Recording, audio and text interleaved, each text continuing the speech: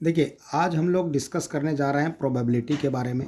Probability होता क्या है और कैसे उसको हम लोग सॉल्व करेंगे, ठीक है? तो देखिए, probability is the branch of mathematics concerning the numerical description of how likely an event is happen. मतलब कोई इवेंट कितने हो सकता है, क्या उसका प्रोबेबिलिटी है, उसके बारे में हम लोग प्रोबेबिलिटी में पढ़ते हैं। जैसे हमेशा हम लोग क्या एक रिस्क कवर करते हैं, उसका प्रोबेबिलिटी होने का कितना चांसेस है और कितना नहीं है उसके बारे में जानते हैं। जैसे आज वर्षा हो सकती है या नहीं हो सकती है, उसका भी प्रोबेबिलिटी निकाल सकते हैं।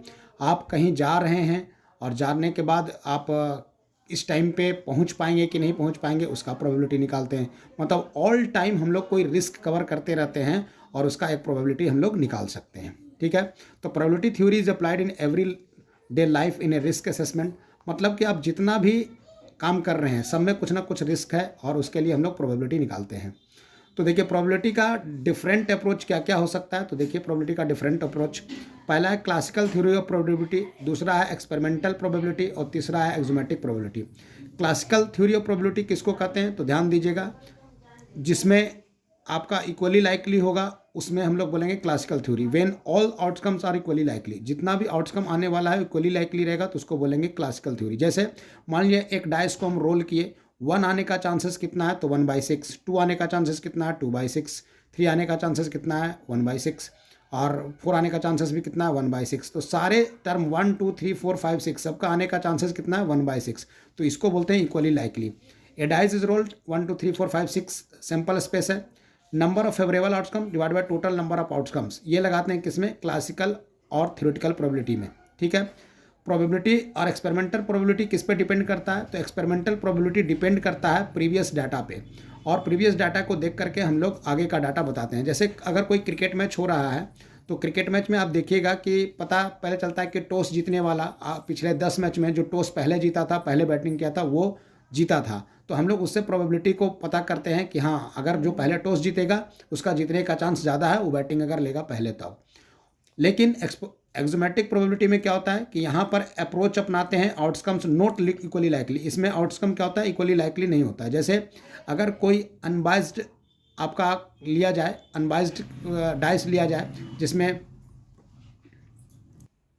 अब आगे बात करते हैं कि एक्सपेरिमेंट होता क्या है। कोई भी ऑपरेशन करते हैं उसमें अगर वेल डिफाइंड आउटपुट आ रहा है तो उसको एक्सपेरिमेंट बोलेंगे। जैसे एक कॉइन को टॉस कर रहे हैं तो हेड या टेल आएगा, वेल डिफाइंड है। एक डाइस को रोल कर रहे हैं तो 1 2 6 तक आएगा, ये भी वेल डिफाइंड है, तो इसको बोलेंगे हम लोग एक्सपेरिमेंट।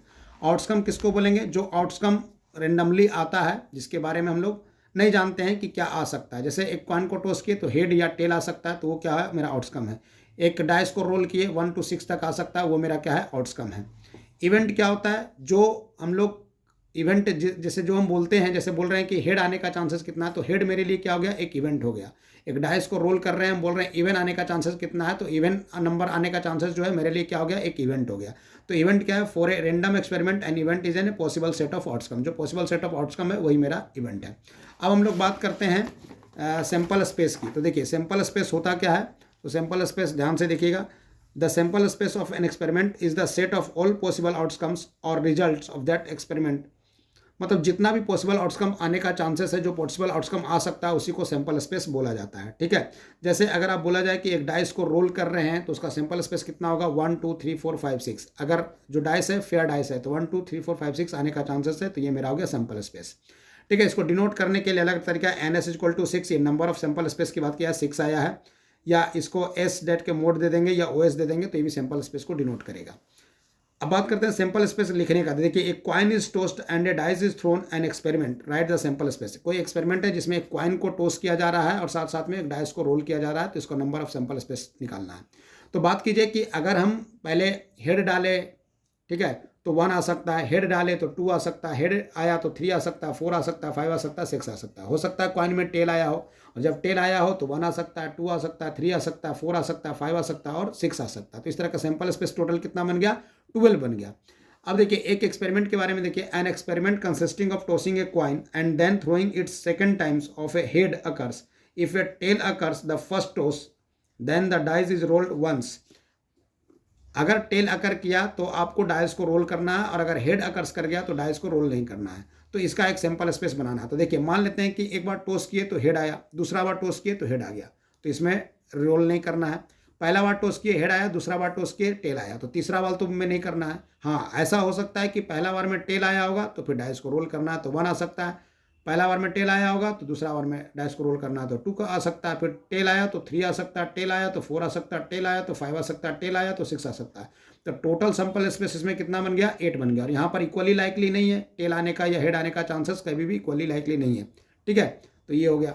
अब एक देखिए सैंपल स्पेस लिखने का तरीका कि सपोज आपका 3 बल्ब सेलेक्ट करना है रेंडमली, और एक मान लीजिए कार्टून रखा है उसमें से 3 बल्ब आपको सेलेक्ट करना है, तीनों बल्ब में डिफेक्टिव होगा कि नहीं होगा, ठीक है, ये आने का चांसेस कितना है, तो बताइए इसका सैंपल स्पेस लिखना है।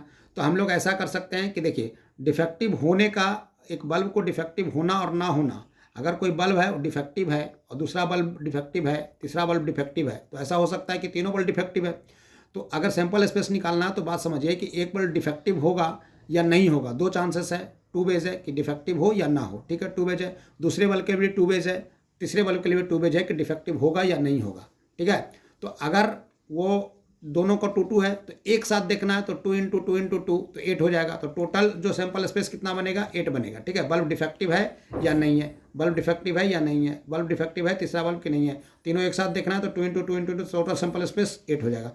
लिखने का तरीका क्या है, आप पहले ही बता दिए थे कि पहले आप 4 लिख लीजिए डिफेक्टिव, 4 नॉट डिफेक्टिव, फिर 2 डिफेक्टिव, फिर 2 नॉट डिफेक्टिव, फिर 1 डिफेक्टिव, 1 नॉट डिफेक्टिव, ऐसा करके लिख लीजिए। टोटल 8 जो सैंपल स्पेस है आप लिख लीजिएगा, ठीक है। तो इस तरह से सैंपल स्पेस आप लिखना सीख जाइएगा, ठीक है। तो आगे का वीडियो नेक्स्ट में बताएंगे, ठीक है, ओके।